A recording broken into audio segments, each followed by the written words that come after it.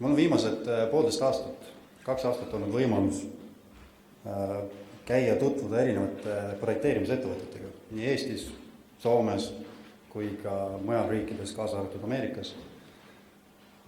Ja ma ei tea, millest see tuleneb. See on küsimus võib-olla nendele projekteeritele endale, võib-olla liigsest haritusest võrreldes ehitajatega. Aga kui ma küsin neilt, et kuidas teil ettevõttes üldiselt kord ja protsessid ja kõik on, siis öeldakse suurepärane. Kui ma meenutan seda meeli sõna siis, või meeli juttu, siis see tähendab, kui sa ütled suurepärane, siis tähendab seda, et kõik on väga kehvasti vastupidi. Et kui sa ei suuda endale tunnistada, sa ei näe ise puudujääke, siis sa ei näe ka tegelikult võimalust edasi arendada ja parendada. Ja teise teemana ma tõstatakse võib-olla selle osa, et natukene tuleb mul endale tuhka pähe raputada, kuna viimased 6-7 aastat, esimesel aastal oli Roode koos Ennuga, kes peamiselt selle päevakava kokku panid. Ülejäänud aastat olen see peamiselt või põhimõtteliselt mina olnud 6 aastat. Ja me oleme keskselt ikkagi peamiselt käsitlenud ehitust ja ehitamisega seotud tegevusi ja protsesse. Jah, meil on olnud siin Novarki inimesi, meil on olnud siin Innopolise inimesi, aga need on mõned üksikud juhtumid. Ja seetõttu ma mõtlesin, et ma see aasta räägiksin ja avaksin võib-olla teema või teemavaldkonnaga järgmiseks aastaks. Ja ma tahaks järgmisel aastal, kui ma hakkan päevakava kokku panema, kindlasti natukene seda projekteerimisnemaatikat rohkem sisse tuua, sest kas ei ole projekteerimine just see osa, kus kõik tegelikult alguse saab. Projekteerimine on see, nii nagu Margus Sarmetile kogu aeg meeldib öelda, me ei ehita, me ei projekteeri hooneid selle hoone enda pärast, vaid me teeme neid selleks, et me tahame neid mingil eesmärgil kasutada, mingisuguse uue väärtuse loomiseks, on see siis haigla, on see siis kool, on see mis iganes muu. Ehk siis täna ma ei anna teile mingisuguseid vastuseid, loodan, et järgmine aasta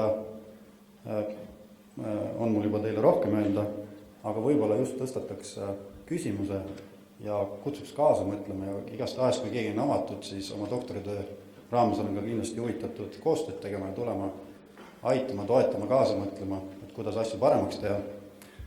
Ja ma ütlen, et teha on palju.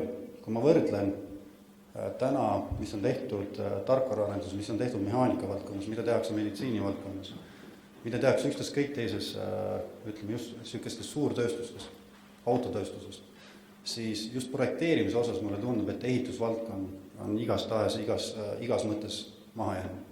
Kui me vaatame kas või TTÜ mehaanika teaduskonna õppekava, siis mina ütleks täna, et kui ma oleksin vaadanud tookord mitte nii kitsalt ja ainult ehitust, siis ma oleksin suure tõenäosusega pigem mehaanika valdkonna valinud kui ehitusvaldkonna. Aga see selleks.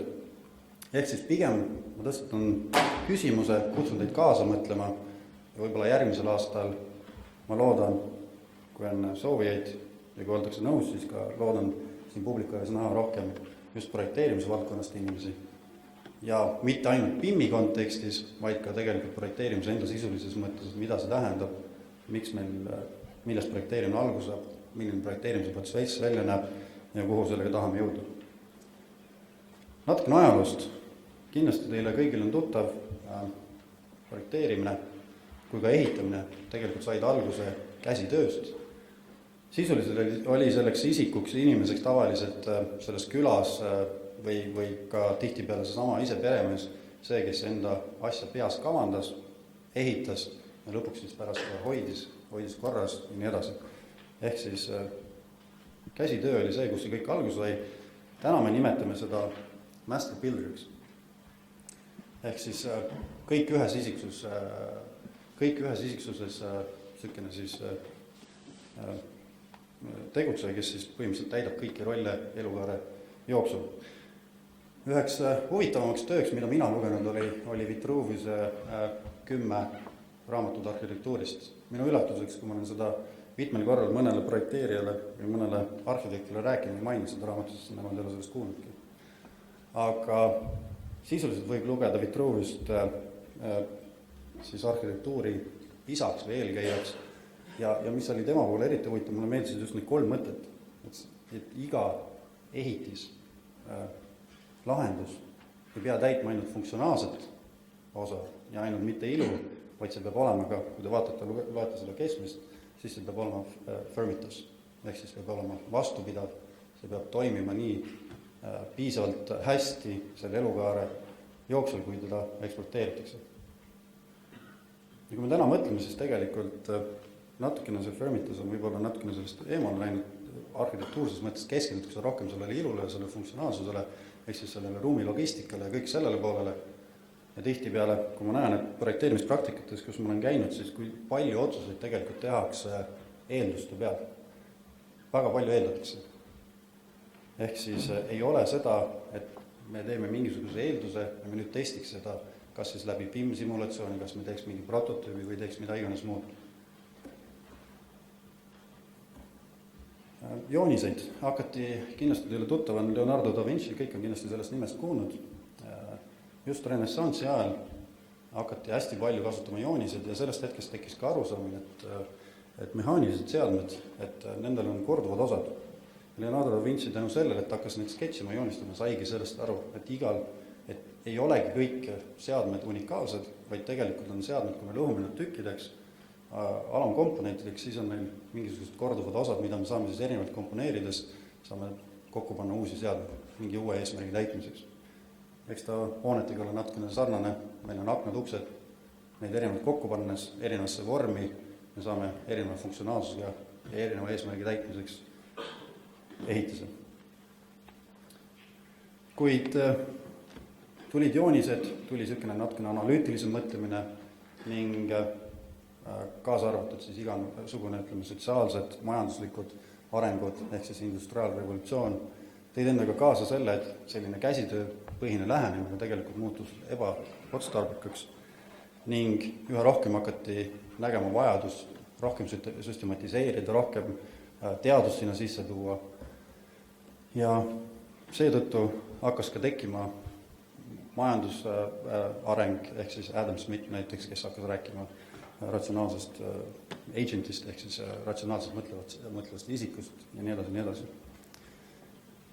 Ja selle osa üks võib-olla olulisemad komponente või selle üks olulisem komponent oligi, et tekkis see mõtlemine, et ütleme nii nimetatud teaduslik mõtlemine, et probleemi lahendada, me peame selle kõigepealt lõhkuma tükkideks ja nüüd, kui me iga alamtükki lahendame eraldi, lahendus väga hästi, paneme omavahel kokku tagasi, saame selle suure lahenduse. Et sellest sai alguse tegelikult väga palju ning seda on tänaseks kasutatud nii organisatsioonide disainimisel, protsesside kavandamisel, seda sama põhimõtet, et me lõhume tükkideks, paneme kokku, saame tervikpildi. Aga tänu sellele, et me ainult keskendume sellele tükkideks löömisele, ka näiteks ehitusprotsessis lepingute ja ressursside määramisele, me oleme mingil määral kaotanud selle suure pildi ja me keskendume ainult sellele konkreetsele tükile, ehk siis me tihtipeale surume seda alltöövõtjat hoolimata sellest, kas tal on mõistlik esmaspäeval tulla ehitusplatsile või ei ole. Ma võin tuua näite, töötasin kunagi Ämari lennujaamal, kus peatöövõtja muudkui surus seda alltöövõtjat esmaspäeval kindlasti kohal olema, aga mis oli viga, oli see, et Merko ise otsustas või peatöövõtja otsustas ise tarnida materjale ja selleks ajast, kui ta esmaspäeval kohale jõudis ja nad ühtegi materjali kohal ja alltöövõtja oli võimiliselt pool päeva sisuliselt tühja sõitnud. See on lihtsalt näide. Ehk siis sellest hetkest tekkis selline niinimetatud division of labor ehk siis spetsialiseerumine. Ja kindlasti teaduse arenguga, teadmiste tõusuga Adam Smith sai aru, et efektiivsus toob see, kui me lõhume protsessi, ütleme selle tegevuse lõhume alamtükkideks, igaüks spetsialiseerub ja läbi selle spetsialiseerumise me suudame saada paremat efektiivsust ja tuua paremat siis majanduslikku kasu või väärtust. Ja seda ta õppis tegelikult, kui ta käis ühe laevatööstuse tehases, kus ta uuris siis seda protsessi ja vaatas, kuidas siis seal üldiselt toodetakse siis laeva osasid ja komponente. Ja sealt ta jõudiski oma nende siis tõdemusteni või ütleme sellele klassikalisele majandusteooriate alusteni, mis on siis ka tänase päevani muidugi erinevatel kujudel jõudnud ka natukene siis tänasesse päeva. Ehk siis tänane selline, kuidas ma ütlen, siis projekteerimisteadus, design science, ma isegi ei ürita seda eesti keeles ütlema hakata, sellepärast, et selle kohta ei olegi võib-olla sellist head terminit hetkel.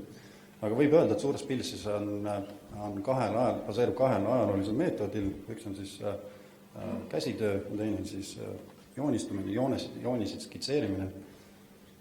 Ühte siis iseloomustab võib-olla selline trial and error ehk siis proovi ja eksi, ehk siis katseta, eksperimenteerimine, mis on kindlasti olnud väga oluline komponent ajaloos ka igasuguste innovaatiliste asjade arendamisel. Kui te mõtlete, võtke näiteks võtke lihtsalt hõõgniitlamp. Thomas Edison, selleks, et seda lihtsalt hõõgniitlampi arendada, ta kulutas tuhandeid tunde, tuhandeid prototüüpe, enne kui ta jõudis, mitte tuhanded, aga ütleme 100 prototüüpe, enne kui ta jõudis selle viimase lõpliku tulemuseni. Ajaloo jooksul on seda kindlasti oluliselt rohkem teinud.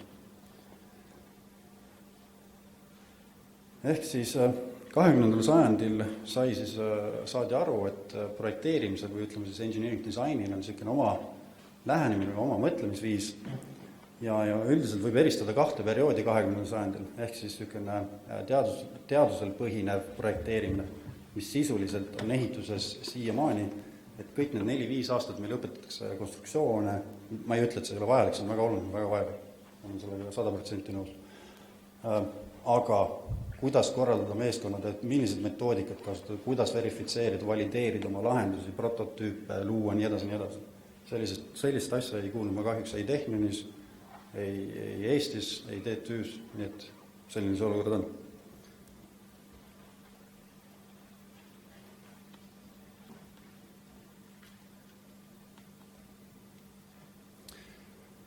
Siis, kui minna nüüd edasi, siis 60-ndatel saadi aru, et projekteerimises või ütleme arhitektid, disainerid, insenerid, nad mõtlevad teistmoodi, kui oli sinnamaani arvatud. Ehk siis neil on oma kindel mõtlemisprotseduur või mõtlemismudel. Ja üritati hakata kuidagi siis seda rohkem nagu süstematiseerima, teaduslikumaks tegema ning hästi palju võeti üle tegelikult lineaarsest planeerimisest ja süsteemiteooriast meetodeid ja ideid ning üritati rakendada siis nii arhitektuuri valdkonnas kui ka mehaanika valdkonnas kui ka muudes teistes valdkondades. Aga väga kiiresti saadi sellest tegelikult aru, et isegi see ei ole päris sobilik, sellepärast et selline hästi süsteemne, hästi teaduslik lähenemine metoodikate osas tegelikult ei viinud nende tulemustele, mida oleks oodatud või tahetud.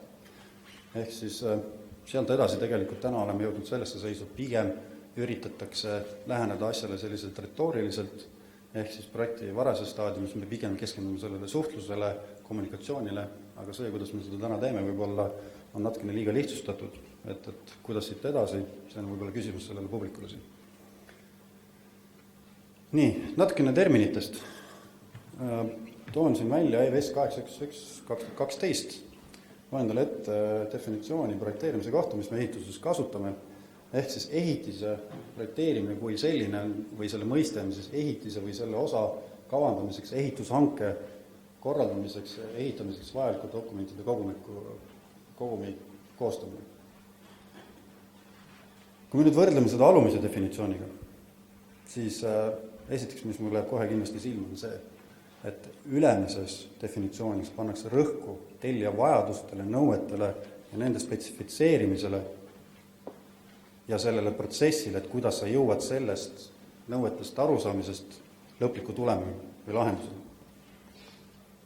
Ehk siis mulle natukene mulje, kui sa kaugelt vaatad, siis mulle natukene mulje, nagu see projektdokumentatsioon oleks eesmärk omaette, et me saaksime ehitada. Aga tegelikult ei ole, tegelikult on eesmärk ikkagi luua või ehitada hoone, mis vastaks tellija soovidele, vajadustele, mis looks talle seda tegelikku väärtust, milleks ta selle kasutada tahab. See on lihtsalt mõtlemiskoht. Järgmise definitsioonina, võib-olla natukene parem, ma ei ütle, et see on kõige parem, võib-olla natukene parem, aga mulle tundub, et see on ka väga ütleme siis tootmiskeskne. Kui me võrdleme nutika spetsialiseerimise raportis esitatud definitsiooni, ehitust võib defineerida kui materjali liitmist mõtestatud tervikuks, võib-olla, ma ei ütle, et see on tõesti õige. Ma võib-olla lihtsalt toon siin paralleeli, et üks Fujimoto Jaapani professor, hästi tunnustatud oma valdkonnas, on ideeliselt umbes samasuguse kontseptsiooniga välja tulnud. Võib-olla, mis on selle kontseptsiooni kõige olulisem komponent, on aru saada, et projekteerimine ja tootmine, ehk siis ehitamine, ei ole üksteisest lahus tegevused. Et need käivad alati käsikäes koos. Need ei saagi selles mõttes nagu eristada üksteisest. Ehk siis niinimetatud ehitusvaldkonnas IPD. Ega selles IPD-s ehitus on küll suhteliselt hiljuti jõudnud, ega selles IPD-s ka midagi uut ei ole. et juba 80-ndatel räägiti samasugustest ideedest teistes valdkondadest. Ühe definitsioonina kindlasti tasub välja tuua Herbert Simoni, väga tunnustatud meesterahvas selles valdkonnas. Kahjuks, kes mõned aastad tagasi suri, aga võib-olla üks tema olulisemaid töid oligi see, et ta küll keskendus hästi palju tegelikult otsustamisteooriatele ja lineaarsele planeerimisele, aga ühe selle osana ta nägi tegelikult, et igasugune inimtegevus tegelikult eeldab disainimist või planeerimist. Ehk siis mingil määral me oleme kõik igapäevased disainerid. Kui sa teed kodus, teed süüa, siis sa pead ju enda peas läbi mõtlema. Sa mõtled tulevikku, nii kui sa mõtled tulevikku, järelikult sa oled disainer. Ehk siis samamoodi production systems, sa tegelikult üritad luua mingisugust sellist süsteemi, et see tulevik tuleks sulle selliselt, nagu sa tahaks. Ehk siis tema defineeris artefakti läbi 3 komponendi, ehk siis igal artefaktil on mingisugune inimloodud artefakti. Artefakt tähendab alati seda, et see on inimloodud.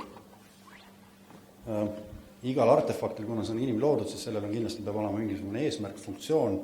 Lisaks sellele peab olema, et seda artefakti või ütleme siis seda eesmärki saavutada, me peame looma mingisuguse konstruktsiooni või struktuuri ja kõige selle juures me peame võtma arvesse seda, et millises kontekstis või millises keskkonnas see asub. Ehk siis kas või hoonete puhul on väga lihtsa näite, me projekteerime lähtudes mingisugustest eeldustest, ehk mitu inimest hakkab seda või teist ruumi kasutama. Ja sellest me tegelikult tuletame, milliseid konstruktsioone, millised ressursivajadusi meil nendesse ruumidesse on vaja, kui palju õhku, kui palju valgust, kui palju muid asju. Reaalsus, see, millised eeldused ja milline on reaalsus, need ei lähe peaaegu mitte kunagi kokku. Kui me võtame siin lahti viimased uuringud, siis kuskil 70%, just hiljuti lugesin, 70% projekteeritud hoonetest, kõigil nendel oli probleeme sisekliimaga, kui isegi mitte rohkem. Natukene probleemidest. Toon mõned probleemid välja, mis on minu jaoks selles mõttes, kuna ma täna hakkan natukene paremini aru saama, mis on ikkagi projekteerimise eesmärk, siis võib-olla mul on kahju sellest, et tegelikult tihtipeale alahinnatakse projekteerimise sisu või olulisust. Ja kui me võrdleme siin, ühes uuringus me võrdlesime siin Soomes 1 miljoni euro investeeringu kohta, kui palju raha läheb konsultatsiooniteenustele ja kui palju läheb reaalselt ehitamisele. Ehk siis, kui te võrdlete, siis mulle jääb siit selline mulje, et Soomes mõeldakse 3 korda rohkem kui Eestis. Ehk see võib-olla see tegelikult ka nii ongi, sellepärast et absoluutnumbrites jääb see inimeste arv, ehk siis mitu töökohta 1 miljoni euro kohta luuakse, jääb samaks, aga siit tekib väga suur erinevus. Meil konsultatsiooniteenuses muideks see sisaldab energiatõhususe ekspertiise, see sisaldab projekteerimist, see sisaldab omaniku järelevalvet. Ehk siis vähem kui 1 töökoht luuakse 1 miljoni euro kohta konsultatsiooni osas. Soomes see vastu aga 3. Ja kui nüüd vaatate, kui palju siis ehitusplatsil luuakse töökohta, siis ehitusel Eestis luuakse 10 töökohta, Soomes 8. Ehk siis see vahe tulebki sealt. Soomes mõeldakse natukene paremini läbi, seetõttu me saame ressurssi või probleeme ennetada, vältida ehitusel ja seega me ei pea nii palju inimtööd või inimressurssi siis ehitusel kaasama. Ehk siis sisuliselt võib öelda, et mingil määral täna keskendutakse probleemide ehk siis nimelt tulega võitlemisele. Natukene veel probleemidest projekteerimises. Eks võib-olla see on ka natukene olude sunnil, aga mulle täna tundub just Eesti kontekstis, et kui me võrdleme näiteks Soomes või võrdleme, mis on Ameerikas, siis oldakse ikkagi suhteliselt spetsialiseeritud. Üks projekteerimisettevõte Eestis võib sulle teha mänguväljakust kuni suurte tehasteni välja, mingi õlitööstustehasteni välja, mis kõlab täieliku absurdina. Selles mõttes, et kõik need tooted on ikkagi natukene erinevad, need ei käitu ühesuguste põhimõtete järgi, aga hoolimata sellest, et need teadmised puuduvad ja tulenevad ressursi ja majanduslikust survest, nad peavad selle vastu võtma. Ja seetõttu tihtipeale tekivad sealt need probleemid, protsessid ei ole võib-olla nii efektiivsed, tekib väga palju variatsiooni ja tekib väga palju riske ja nii edasi. Võib-olla selles ei nähta täna niisugune probleemi, aga ma arvan, et inimene, kes on 2, 3, 4 korda ühte haiglahoonet teinud, näiteks või on koolimaja projekteerinud, oskab seda 5. korral juba kindlasti paremini teha, kui nüüd minna haiglaprojektilt näiteks, ma ei tea, kas või siis Kohtla-Nõmme Mäemuuseumi projekteerimisega. Need on natukene ikkagi erinevad asjad. Lisaks ma juba natukene mainisin ja ka definitsioonist või ütleme siis projekteerimise terminist nagu selguks, et et täna ikkagi see rõhk või see, ütleme, keskendutakse ikkagi nendele dokumentide varpimisele või koostamisele või tootmisele. Et kas see on ikkagi see tegelik eesmärk, mida siis projekteerimist võiks tegema? Kas seda tehakse nüüd mudelite abiga või mitte, see on teine küsimus. Mudelid tegelikult sisaldavad oluliselt rohkem väärtust, neid on võimalik kasutada oluliselt laiemalt, kui seda täna kahjuks tehakse. Kas me räägime sellest, kui mul üks magistrant uuris arhitektidele mõeldud energia simuleerimise tarkvarasid, siis näiteks Archicad ja Sapphire said väga kenasti hakkama, sest KIIS-projekti väga varases staadiumis väga suhteliselt heade tulemustega energiatõhusus arvudega. Ehk siis täna arhitektid seda ei tee ja ka projekteerimise pool nagu ei toeta selles mõttes, aga sisuliselt on arhitektidel olemas tööriistad, et kontrollida oma eeldused, mis nad teevad projekteerimises. Aga seda nad täna kahjuks ei tee. Nii. Minu jaoks oli veel lisaks üllatus see, et ma olen töötanud ehitusplatsil ja seda enam oli mulle üllatus see, et me tegelikult täna juhime projekteerimist ja projekteerimise protsessi täpselt samamoodi nagu ehitust. Ehk siis nende samade projektijuhtimistehnikatega sisuliselt me võtame selle projekti, lõhume ta alamtöödeks, määrame nendele ressursid ja kui ikka läheb hästi, siis me saame need omavahel kokku liita ja saame selle projekti terviku. Kuigi sisuliselt on projekteerimine ja ehitamine täiesti erinevad asjad. Projekteerimises sul ei ole vastust olemas, mida sa tegema peab. Ehitamisel sul on selles mõttes on sul vastus olemas, jah, seal detailid, sul on seal probleemid, muud asjad, aga suures pildis sul on vastus on olemas, sul on vaja lihtsalt need detailsed probleemid lihtsalt fikseerida. Lisaks, see, kuidas täna planeeritakse või ütleme, tüüpiline ajagraafik, kui te vaatate üleval, siis on põhiprojekti ajagraafik, see on väga tavaline, võtan üksteist kõik, mis ettevõttes selle lahti, siis projektijuhtimise tasandil pannakse kõik tööd suhteliselt paralleelseks ja mis siis juhtub seal tegelikult siis ütleme igapäevasel projekteerimisel. See on jäetud siis nende projekteerijate, arhitektide, eriosade inseneride enda korraldada. Aga sellel vaesel konstruktoril ja just eriti konstruktoril, kes tuleb Tallinna Tehnikaülikoolist, kes on 5 aastat saanud arvutusi, matemaatikat, ta ei oskagi inimestega suhelda kahjuks. Tulevad 4.-5. aastal minu juurde. See ei ole kõik, ma ei ütle kõik, aga väga paljud. Tulevad 4.-5. aastal, ma näen, et need tudengid ei oska lihtsalt meeskonna tööd teha. Minu jaoks on üllatus, et 4-5 aastat oled käinud TTÜ-s, sa ei oska 4. ja sa pole selle hetkeks mitte ühtegi meeskondlikku projekti teinud.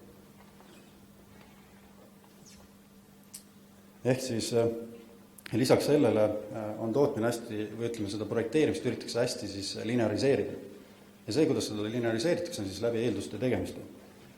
Ehk siis siin on näiteid nendest erinevatest protsessimudelitest, ma võtan kas või selle sama Eesti näite EVS-ist või võtan siis Suurbritannia arhitektide Royal Institute of British Architects, ma ei tea, kuidas see kuninglik siis arhitektide instituut, siis ütleme, inglastel on see mudel on kindlasti oluliselt detailsem, aga suures pildis on ikkagi kirjeldatakse siin väga lineaarset protsessi. Tegelikult see protsess nii lineaarne kindlasti ei ole. Jah, suures pildis ta nii on, aga igapäevane töö tegelikult on iteratiivne, see eeldab tagasivoolu, ümber tegemist just eriti projekteerimisvaldkonnas, kuna kõik asjad on omavahel nii tihedalt seotud. Sa muudad akna suurust, seetõttu pead sa vaatama üle valgustit, sa pead vaatama üle võib-olla ka kütte poole, jahutuse poole, kõik need aspektid. Ehk siis ma toon näite, et kuidas siis ühes projektis, kus me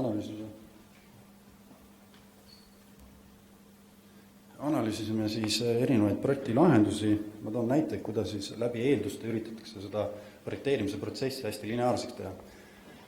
Ja hästi tavaline tüüpiline see, et arvatakse automaatselt või teadlikult juba alateadlikult tehakse. Tüüpiline lahendus katustele on see, et me paneme 400 mm soojustust.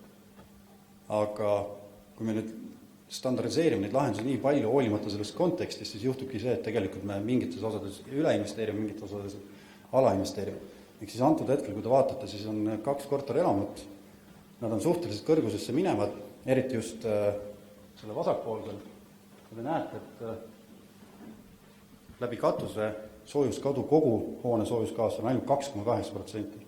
Ehk siis sisuliselt meie arvutuste tulemusena oleks mõistlik olnud panna hoopis 300 mm soojustust katusesse ja võtta see raha, mis üle jääb, panna parematesse akendesse, parematesse seintesse. Sellepärast kokku 60% kogu soojuskaast oli pigem läbi akende ja läbi seinte. ehk siis lihtsustatult tehakse seda projekteerimist enam. Ja juba sellest natukene mainisin, projekteerimist juhitakse põhimõtteliselt projektijuhtimistehnikatega. Ehk siis need on need ülemised 2 taset, sul on siis senior management ja mid management, ehk siis need niimoodi projektijuhid.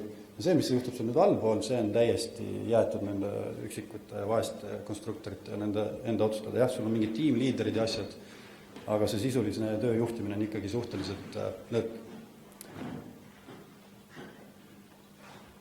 Sellest ma juba rääkisin, kuna mul aega on väga vähe, siis ma võtan kokku jah, et kui ma võrdlen näiteks tarkvaratehnikaga, ma olen ka õppinud siin äriinfotehnoloogiat ja seal, kuidas tegelikult hakatakse pihta skoobi määratlemisest, rollidest, isikutest, kes seda tarkvara hakkavad kasutama, sealt tuletada, millised use case, ehk siis kasutusjuhte tahetakse sellel tarkvaral saada, ehk siis kuidas selle inimese protsessid ja selle eesmärgid siis seostuvad selle tarkvaraga ja kuni siis selle lõpliku füüsilise disaini ja lahenduseni välja. Et sellist lähenemist projekteerimis kahjuks ei ole, et kohe hüpatakse pigem kontseptuaalsesse disaini, eeldatakse, et me juba teame, mis on täpselt probleem, mis on vajadused. Ainuke küsimus on lihtsalt modifitseerida parameetreid, teha natukene suuremad ruumid, väiksemad ruumid, nii edasi, et see kõik see nagu mudel on iseenesest kontseptuaalsed on nagu paigas. Ja lisaks, mis on kõige üllatav, on see, et ma olen käinud paaris projekteerimisbüroos, jälginud, kuulanud kõrvalt, et ka enda ettevõtte sees inimesed ei suhtle, mis on minu jaoks kõige üllatavam. Nad istuvad ühel ja samal korrusel, istuvad isegi põhimõtteliselt vastastikku ja nad ei suhtle omavahel. Ja sealt tekivad nagu väga palju probleeme. Ehk siis minu meelest on John Dobbin, kes on üks tunnustatud arhitekt, on väga hästi öelnud, et kui sul on ikkagi ühine suurem eesmärk, siis selleni jõudmiseks sul on vaja teha koostööd. Ehk sul peaks projekteerimisbürood peaks mõtestama kui ühte suurt sellist aju, mis üritab jõuda siis ühtse nagu eesmärgi. Ja selleks, et sinna jõuda, peaksid kõik selle aju osad komponentid töötama, olema integreeritud koostöös. Siin on näide siis sellest, et mis ma mõtlen sellele, et kõik on omavahel seotud. Ehk siis kui näiteks ma toon näite, et kui põhiprojekti staadiumis otsustatakse, mille pärast hoone geomeetrit muuta, ühte seina nihutatakse, et mida kõike see mõjutab. See mõjutab hoone kompaktsust, see mõjutab hoone konstruktsioone, see mõjutab hoone soojuskadusid, valgustust, nii edasi, nii edasi, nii edasi. See on siis, ütleme, energiatõhususe kontekstis, et arvutada siis energiatõhususe nüüdisväärtus 20 aasta või 30 aasta peal oleneb siis hoone tüübist. Sama näide, et kui me muudame akna U-väärtust, mis tundub iseenesest väga, või ütleme, akna väikse mõõtu, mis tundub iseenesest väga nagu selline väike asi endast olev, siis tegelikult kogu süsteemi mõttes on tal väga suur oluline mõju mitte ainult küttele, jahutusele, vaid ka tegelikult valgustusele, kõigile muudele asjale. Ja neid seosed täna väga selgelt ja visuaalselt või väga selgelt ikkagi ei jälgita või juhita selles protsessis. Ehk siis tihtipeale, kui me teeme projekteerimis mingeid muudatusi, kas või niisugune lihtne muudatus, et mina kui konstruktor otsustan, et okei, ma nüüd avastasin põhiprojekti staadiumis, ma pean seda tala natukene allapoole laskma. Et enne kui sa seda teed, siis sa peaks kindlasti mõtlema, keda kõike see hakkab mõjutama. Tihtipeale selle peale mõelda ja lõpuks on see, et kõik ristuvad oma vahel. Ehk siis järeldused või ütleme siis kokkuvõtte. Järeldused me siit teha ei saa, me lihtsalt saan, nii nagu ma ütlesin, eesmärk oli siis tõstatada küsimus, kutsuda kaasa mõtlema ja kindlasti, kui kellelgi on huvi, siis ka võiksime seda teemat edasi arutada. Olen nõus igati oma aega ja jõudu sinna panustama, et ka võib-olla siis teie projekteerimistegevuse ja protsesse efektiivistada ja paremaks teha. Ja võimalusega siis sinna, kuidas vaadata, et kaasata ka BIM-i. Ehk siis ühe korraliku projekteerimisbüroo eelis saabki ainult olla selles, et ta on pidevalt õppiv organisatsioon ja organ. Ega siin midagi suurt muud ei olegi, sellepärast, et projekteerimine on mitte midagi muud kui lihtsalt teadmistepõhine tegevus, erinevate teadmiste komponentide omavaheline integreerimine sellisel kujul, et saavutatakse üldist lõplikku eesmärki. Minu poolt kõik. Tänan.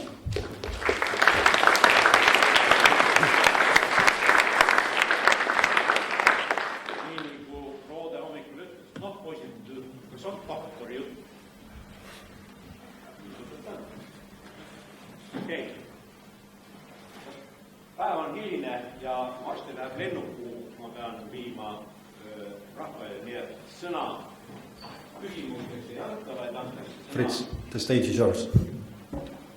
You finished. Concluding the day.